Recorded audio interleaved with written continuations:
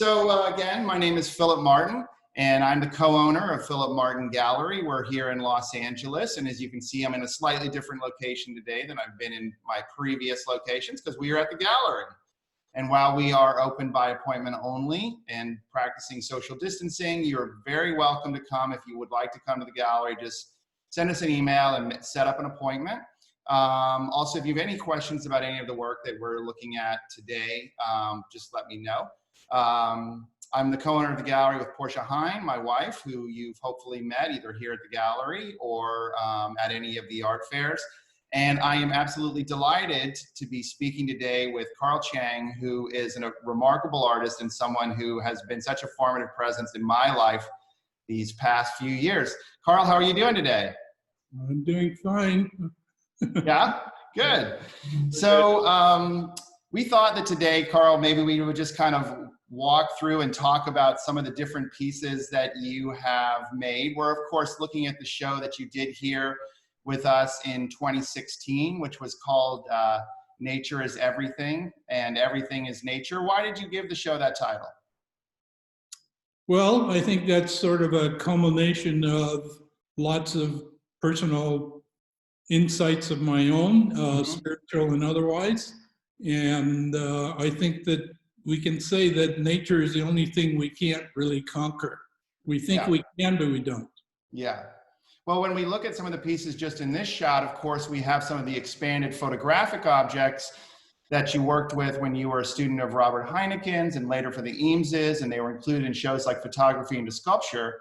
But the piece on the right-hand side is a piece that you made in Japan in the early 70s, which is the Emergency Nature Supply Kit. Would you like to talk a little bit about what an Emergency Nature Supply Kit is?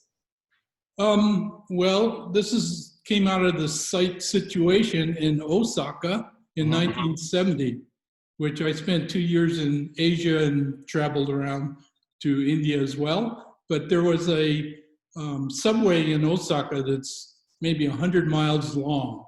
I mean, in the underground of Osaka, there was this environment that was totally alien to anything I'd ever seen, which is just tunnels of brick and people working, living, hotels, restaurants, all types of stuff inside. So this was a sort of a artist's reaction to that, and by making something that you could see some nature in there, because to me there was not a single plant or anything in there.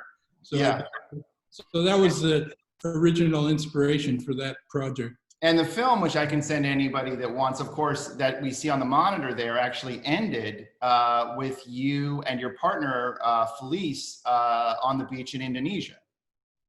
Yes, it was part of a series and of making product promotions like advertisements for the John Doe Company. And this was one of the first products I made, which was the Emergency Nature Supply. So here we are looking at the show, and of course this is again the first show. So we have a selection of pieces on the right-hand side. These are the specimen viewers. On the left-hand side, we have a number of works which are called the erosion machines. These are works that were all made under the John Doe Company imprint. What is John Doe Company?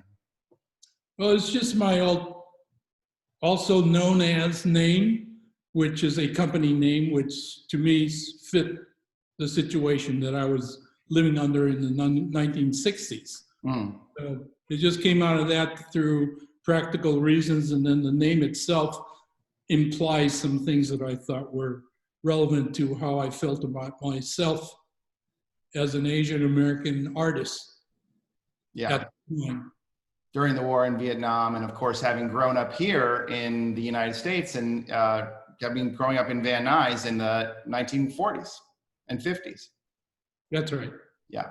And so another John Doe Company product here is the supply and demand. And we're going to have detailed shots for people to see, but this was also another John Doe Company product. You made an interesting comment about John Doe Company, that as an artist becoming a corporation at a time when enabled you to have a completely different conversation with corporations who might not normally talk to artists. Why did you take that strategy? I think my background was that I was very much interested in using technology And so when I wrote to companies for samples or information, if they found out that you were an artist, they wouldn't reply. So the easiest thing was to make some business letters and introduce yourself as a company. Yeah. That was the reason. And how did those product announcements, because obviously you started making product announcements, you were acting as a corporation, you were taking orders, you had models for your products. How did that kind of come about? Well, as I carried on that idea of using John Doe Company, it also opened up some other avenues of how I would approach the public. Not as an art object, in other words, one precious object, but make 3 or 4 or 5 of them to look exactly the same and do the same thing like a real product. So that's why I made multiples rather than single items in some of the projects I did. So adapting that method of, say, an artist working in series, but here actually literally making the identical product. Trying to, yes. Yeah. And on the left-hand side in this shot, we also have some pieces that were made in China in 1980. What was it like traveling there right after the Gang of Four? Well, at that time, if you were called an ABC, which is an American-born Chinese, you could actually travel in China for the first time by yourself. It wasn't like you're in a tour group. So I took that opportunity to start going and just seeing what China was like after this very repressive cultural revolution. So I went to Shanghai and I wanted to make some artwork related to what I could find there. The only thing I could find was there was a chemistry shop that had all this chemistry ware, tweezers, pipettes, and all types of flasks and stuff like that. So I bought some of that, took it to my hotel and started working on dripping glue, paint, and anything I could find. They didn't have good art stores there. So I used glue and other things and started making a series of studies in Shanghai. So the little dots that people are seeing there, and we'll have some close-up images later, those are actually accretions like a stalagmite almost, where the drip of the glue and the ink is building up each of those individual dots over time, and they have sculptural depth if you see them from the side. And the idea of accretion and entropy, and that's always been another long-standing interest in your work. That's right. So this is our presentation in Basel for people who saw the show there the summer before last. And Carl, let's get into talking about some projects that you're working on right now. So this is a historical installation shot of a show called Erosions and Other Environmental Changes that was at Caltech in 1975 at the Baxter Gallery. This is a really interesting and important, very vital exhibition space in LA that people don't necessarily know the history of. How did you end up being invited to do a show at Caltech? Hard to say, but there was a very visionary director of the gallery. This is the premier science. Caltech is where science is premier. And so this director was very interesting in that he probed people that did things that were more maybe scientific in nature or something like that. But anyway, out of that, I was selected with another artist to do a show, and we had our own spaces. So I did this erosion and environmental changes, which was part of my own thinking process of looking for natural phenomena and processes within that. So this carried on to this project here. What we're looking at here on the floor is rice, if I'm correct, and what's on top of it are the plaster samples that we can see in the upper left hand of this shot here. And those plaster samples were actually eroded by means of another process, but what we're looking at on the stands are the erosion machines, which are machines that are designed to demonstrate natural processes for a future in which there either is no nature or nature is entirely controlled by humans. I think that's what you wrote at the time. Does that sound about right? That's fine. Yeah, okay, good. All right, you let me get away with that. Okay, so this is actually then the other side. We're now seeing what is through through here. And this is the erosions room, and then this is what's called the changes room. So you're going to be working on this installation for Migros. In the changes room, there were also a number of nature machines and different kinds of stuff. So now that we've kind of set the stage a little bit. So tell us about the erosion machines and sort of where you came up with the idea. What is an erosion machine, and why is erosion interesting to you? Well, as I said before, my own interest was always in natural phenomena. That to me was, I always wanted to know why something happened. Let's say you squirt water out of a hose. I want to know more about it. I want to know what kind of nozzle makes the water go straighter and stuff like that. So out of those kind of interests, I started looking at nature in terms of phenomena, and erosion is one of them, because around Los Angeles and in the Malibu mountains, you can see all types of natural phenomena of upheavals and geology and everything else. And so eroding things to me was a pretty interesting process, just like if you were going to carve something, or if you did metal casting or something like that. There's processes that are understandable. So erosion itself, I was going to just feature that, and I decided to build it into a product. And is erosion here also metaphorical for human practice generally? I see the potential of everything being metaphorical, so I try to stay away from it, but I always feed you close to it so you can't not think of other things besides erosion. Yeah, well, your practice has this ability where all these different topics are really interacting in a very open way. I mean, what's over on the left-hand side here, these are the sort of samples. And as we saw from this previous shot, we can open the door. You know, the user can actually the owner of the art object, or the user can actually take these rocks out. How do you see them interacting with the machine? Well, there's lots of ways to project, you know, who's going to even buy one of these things. But if you did, you could put it alongside your microwave oven, and it wouldn't, you know, people coming over wouldn't even be disturbed by it. And to me, that's important. It's not meant to be an art piece. It's not an artwork. It is. So on the one hand, it is one, but it doesn't look like one. So these are the kind of things you can do when you were talking about metaphors and stuff. These are the things that I love. I love to get things close to one thing or another. Like a magnet will attract something that has iron in it. So if you get it too close, that iron piece is going to go right straight to the magnet. So things like that emotionally can be done too. So that's part of my process. Well, let's take a second here. I'm just going to leave this screen, and we're going to watch a little video here of the erosion machine in action.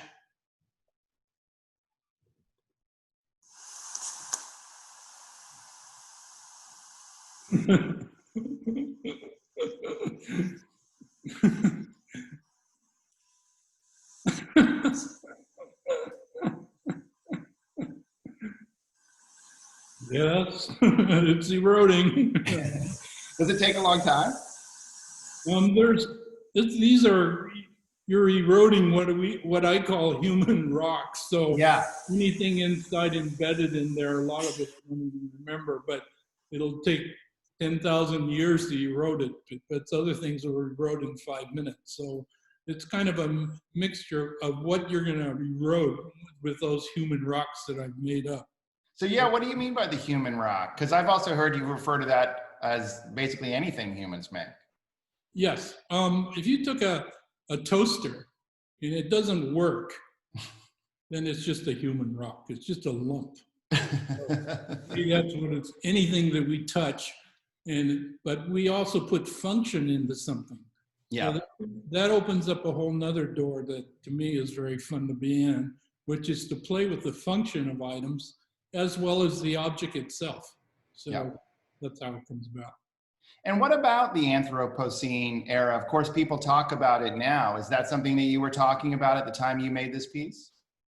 I don't think that word was around then in those days, because we didn't see the idea of man destroying the earth, which isn't really destroying. We're just destroying ourselves. And that's where nature is everything comes in, because nature is just going to wait around and another whole species of humanoids might show up. Mm-hmm. But we're not in control. We just think we are. And so what about growing up? Because you've mentioned, when you were a kid, Van Nuys and the Valley was like asparagus farms, but within a few decades, it was just all houses. Yes, I think I grew up with LA at a time when LA became what it is today, and that has to do with Lockheed and Walt Disney Studios, all in the Valley. So I grew up in a highly technical, wasteful environment that man had made, and it's using technology in all the craziest ways imaginable, and also destroying everything around in the environment as well. So that it's not like technology is divorced from nature. In my experience, it was part of nature, trying to be nature, whatever we're trying to do, but it's already married together. It's not you go to one and then you get to go to the other. And so, in terms of this conversation, what was the conversation with you and your peers with regard to social action in terms of environmentalism or art objects in terms of that conversation crystallizing something about the way the earth was changing? Well, starting in the 60s is when I kind of grew up. I was at UCLA at the time, and we demonstrated against this and that, and the awareness of the imperfections of whatever we thought our political situation was, and America in itself. It all just hit the fan at that time, Vietnam War. So there was a lot of upheaval, and within that upheaval is where maybe as an artist I was picking up all kinds of clues and materials and other things that end up being part of my artwork. So to me, it's just, it's part of the time I grew up, which was in the 60s, when part of us recognized all the imperfections of racism and the rest of it. And so lots of things were discovered that they weren't perfect and that we need to correct them. Not that we have done that today, but I'm just saying that that's where it started when we were young. Given that you're updating this piece for Migros now, so it's a group show that Heike Munder is curating that's at the Migros Museum in Zurich, featuring a number of remarkable artists. What does it feel like to be updating this erosions and environmental changes room for that show? And do you see parallels with the 60s and what is happening right now?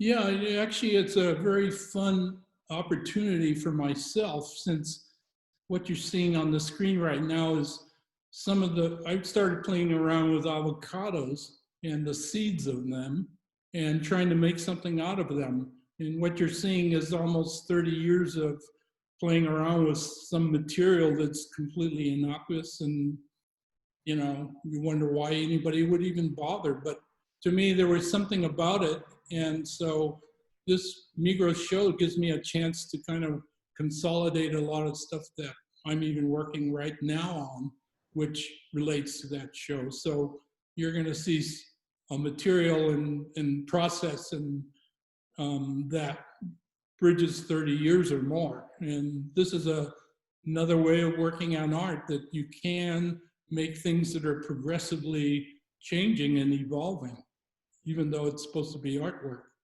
Yeah, and in fact, that's something that you've often taken on, is this idea of the 2.0, which corporations happily roll out to update their thing. And you've often moved back and forth with your objects. I think to make a comment, you know, what a lot of people may or may not know about your work is that things that we take for granted now, like screens, you know, or lighting in objects, like for you to do that in the 60s, you actually had to figure out ways to say, get a projector into a sculpture or get lights into a sculpture. And so that was obviously a huge process, and 2.0 seems like a way to figure out how to make these objects do what they do, but also be able to function now in a lot of ways. That's right. I think technology-wise, it's always progressively updating itself. So the good example is the lighting, because back then you couldn't even get a light bulb that lasts more than 2,000 hours. So how do you build it into a sculpture? You're going to have to figure out how to get it out so somebody can replace the bulb. Yeah. But LEDs show up and now you got 50 years. So I'm always updating older pieces, but the essence of the piece, it also challenges me to see where I did in the past to see if it's even relevant. So to me, that's another interesting part of working on something that's already been made. So in terms of working on projects for 30 years, we're going to talk now just a little bit about the tar pit project that you're working on. This is something that through the Art and Technology Lab at LACMA, Joel Faree and you have really been working closely on this possible idea of trying to do a project that you've been working on for 30 years to step back into geologic time. Of course, for people who don't know Los Angeles, a lot of people, of course, think about palm trees and shiny, which is totally fine. Totally fine. But at the exact same time, of course, when you come in from LAX and maybe you drive a lot, you drive through an active oil field. And so LA has this history, of course, of literally sitting on this massive supply of tar, hydrocarbons, oil. And of course, we know that all living matter eventually becomes this tarry substance that's sitting underneath us, that both is everything we are and has resulted in, you know, greenhouse warming and everything as climate change as we know it. So this is a tar pit piece that you've been working on as a proposal for the tar pits. The tar pits are, of course, where so many of American dinosaurs and saber-toothed tigers and things like this were discovered. The tar pits, for people who are not from LA, are in the way that they're most visible to people, directly adjacent to LACMA, the George Page Museum, which is the Museum of Natural History. I believe I'm getting these correct. And they have active tar, like literally bubbling up through the ground around these buildings that they've created. And obviously you knew George Page. So tell me a little bit about this and like, how did this all get started? Okay, so let's say I'm interested in, I told you earlier that natural phenomena is something that's very interesting to me. And to me, Los Angeles has this tar pit, like you're saying. It's a unique place that's right in the middle of the city. And then I saw the fact that not only do I want to play with it, but LACMA itself, a big museum there, has completely ignored that phenomena and site, which to me was very important. And as an artist, I wanted to make something that kind of, from the art standpoint, would acknowledge the fact that it is unique. So the long and the short of it is that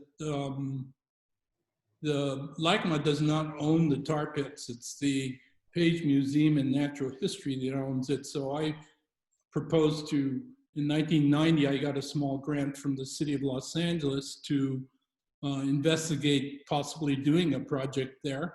And I went and met George Page, since they own the property, that I wanted to use some of the leftover pits to make a project for art. And he went for it. And he said, yeah, let's do it, and blah, blah, blah. And then through so a lot of a dipping arm, that this is effectively dipping into the tar to kind of create the ultimate like anti-light and space object in a way, where it goes into the tar and then it comes out, and then you have the dripping of the tar that eventually pops this oculus. Yes, it's basically, see, so I'm showing the the physical nature of the material Mm. of tar, which is a shiny black uh, substance that to me is fascinating. It not only is, it smells, it's toxic, and it releases methane gas in that whole area. Everything is considered not good for humans, but it also is a thing that exists by nature. And it's also the tar is the organic substance of all organic life. If you think about that, it's pretty important. And the fact that every tree, microbe, what have you, that's organic is what oil is made out of, and including humans and animals. So everything sort of makes it, to me, something that I want to play with. And I tried to think up something. So I'm revealing some of the phenomena of what tar does. It's so thick that it can do drips in a way that's very different than normal. So we'll just take a quick second here. We're going to be able to just watch. Now, as people can see, this is a prototype that you've been working on with talking with Joel and talking with people at LACMA. And to say that they haven't, obviously they have paid attention to the phenomenon, but I think it's also so inscrutable. Like, what does tar even mean? How do you interact with that? And so we're going to just show a kind of, what I'm going to describe this as a catchment kind of device that you built to show what tar in a sense does. So we're going to kind of watch this for a second. Okay, good. This is using a pump that Carl's designed. So you can actually act expressively with it, basically to create your own tar symphony.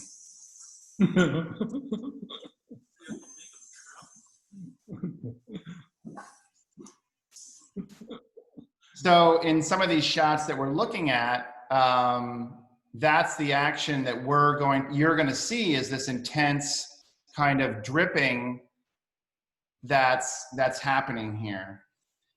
This is a piece that is one that you've also been working on. Talk to us a little bit about this work and sort of the mysteries of science. When I see this piece, you know, what are we looking at? This is called the Organic Visualizer, and it's quite an early piece that it involves a kind of scientific approach to specimens and things that reveal itself. So it's built into a machine. Give me a second here because I accidentally closed the images of it. So I'm just going to open these back up. It won't take me more than a second.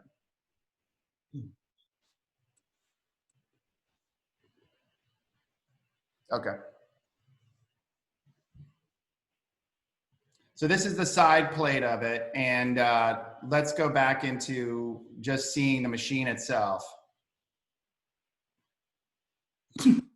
Okay, so, all right, where did I put these?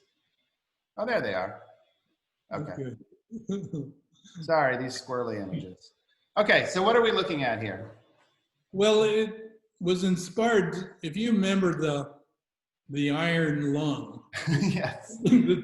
that in the 60s or before, in the 50s, I think, if you had some kind of respiratory disease, they built this huge machine and put you in it.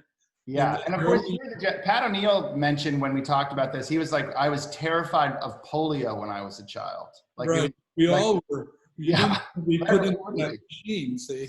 But anyway, I used that as a shape and form that was so alien to natural living of any sort that, and then I proceeded to make it so you viewed inside it, and it has a whole universe of organic materials that you see in a large drum that revolves very slowly. So with different lighting that you could press buttons into, you could reveal what certain things were.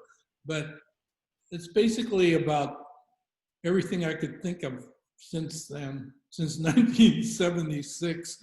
It's in there somewhere. Well, this idea of sort of samples and collecting, I mean, a lot of these things were collected on the beach in Indonesia, correct? Yes, and India as well. So yes, it's a kind of method that maybe it's a little bit on the scientific side, because when they do, let's say we're now trying to figure out the vaccine right now for our use today. So they go through a process of testing. And so I kind of use some of the techniques to start to look at materials and then just splinter off as art objects. Yeah. That's sort of what created this idea of specimens, working with things that are smaller than your eye can see. Mm-hmm. These are scientific elements that I was using because I do have exposure to a lot of science in terms of my education. So And these are all incorporated in it. Does science in some ways provide you with sort of like a parallel structure for creating for art objects themselves? Yes, when you think about inventing and discovery, the scientist has a goal in mind. Let's say they want to find a vaccine, so they go about looking for this thing with a goal. As an artist, I'm doing the same thing. I'm taking a material, let's say avocados, but then at some point I don't have to have a goal. My goal is to make art, so that just turns it around. So all of a sudden you're using a method and you're contradicting it, and which to me brings out a lot of funny items that you can mess with. And sort of my artwork is where I start out with some premise, but then it never stays there. It usually evolves somewhere. Well, I've been really fascinated with sort of the climate that you went to school in at UCLA, just in that it was this very open design climate where studio art was very precisely defined as painting or clay-based sculpture. Everything else is just design. A lot of the audience for that is presumed to be engineers or people who are going to go into advertising, that's what you'll do with your career. You described seeing people build cockpits, going to the Eameses, and then having all of these new materials there. But then you also point out that your education in this sort of art, this design area occurred at a time when America's big research institutions were really coming online. So you could do astronomy and all manner of physical sciences. And then I would just point out in addition that one of the things I think is a fascinating current at UCLA is that a lot of the teachers, be they even in design departments, had either overt connections to surrealism through the Beat movement or the Bay Area, or it was a current at the school. So it often seems like this is a very long way of responding to your comment that science and new materials, in a way, connected to interactivity, surrealism, those things all feel like they function in your work. Mm-hmm. Tell us about the rock communicator. What's the goal here? I think the basis of all this is the fact that art schools in the United States, when I was, in the 60s, they actually allowed art to be taught in the university. Right. And that to me is my biggest opening of knowledge, because if you go to an art school, you're just aiming at art, right? But Yeah. if your art school is in a university, you're allowed to do anything. I took physics because I was interested in phenomena, not Right. because I wanted to become a physicist. I took geology because I was interested in what are all those rock formations in the Malibu, Yeah. So things like that, it allows an artist to go beyond art to make art. And this to me is a huge, huge advantage. And especially since I did go to school in Germany at the Folkwang-Schule, and it's also a basis of Bauhaus education, which is another subject. But in other words, the artist isn't in a little place where it's just concentrating on making some art, but it's about being exposed to the whole world and then using that as your influence. So to me, all we're talking about kind of centers on the fact that for some reason, art was allowed to be taught in the university, and it is not being taught like that in any other place. So Right. for me, I took advantage of that. I took science classes as well as art classes. No problem. Well, fortunately, John Doe Company has devised a means by which to test the communication between rocks, which is one of the things that we're seeing in this piece here.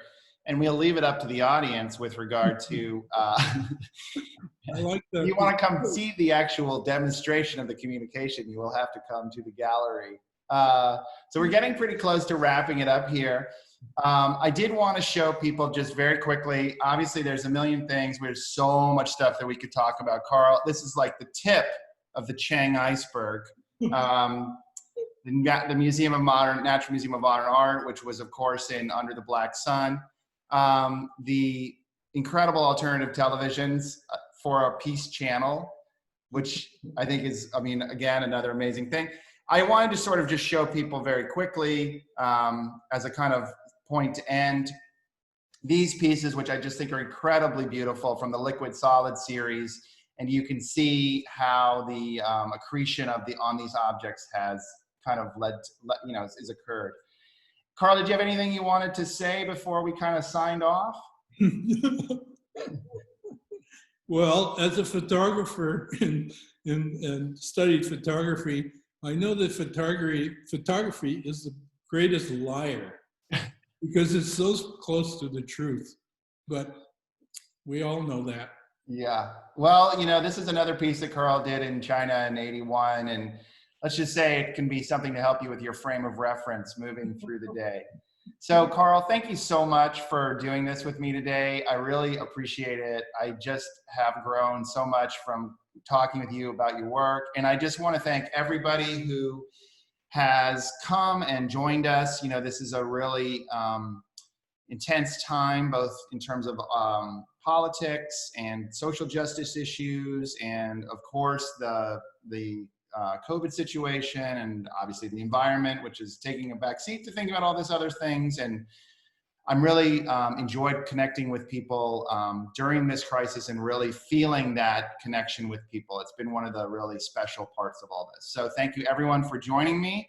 And Carl, thank you for joining me too. And look forward to catching up with all of you later. See you later, Carl. Thank you. Thanks.